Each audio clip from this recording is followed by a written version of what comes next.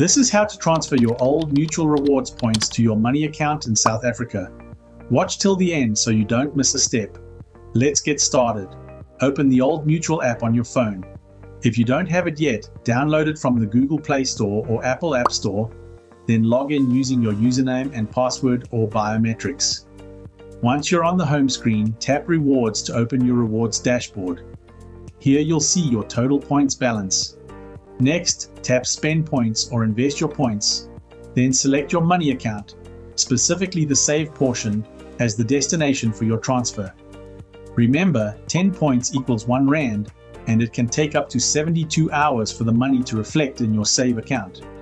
Now enter the number of points you'd like to convert, confirm your money account save details, and tap Confirm or Transfer to complete the process.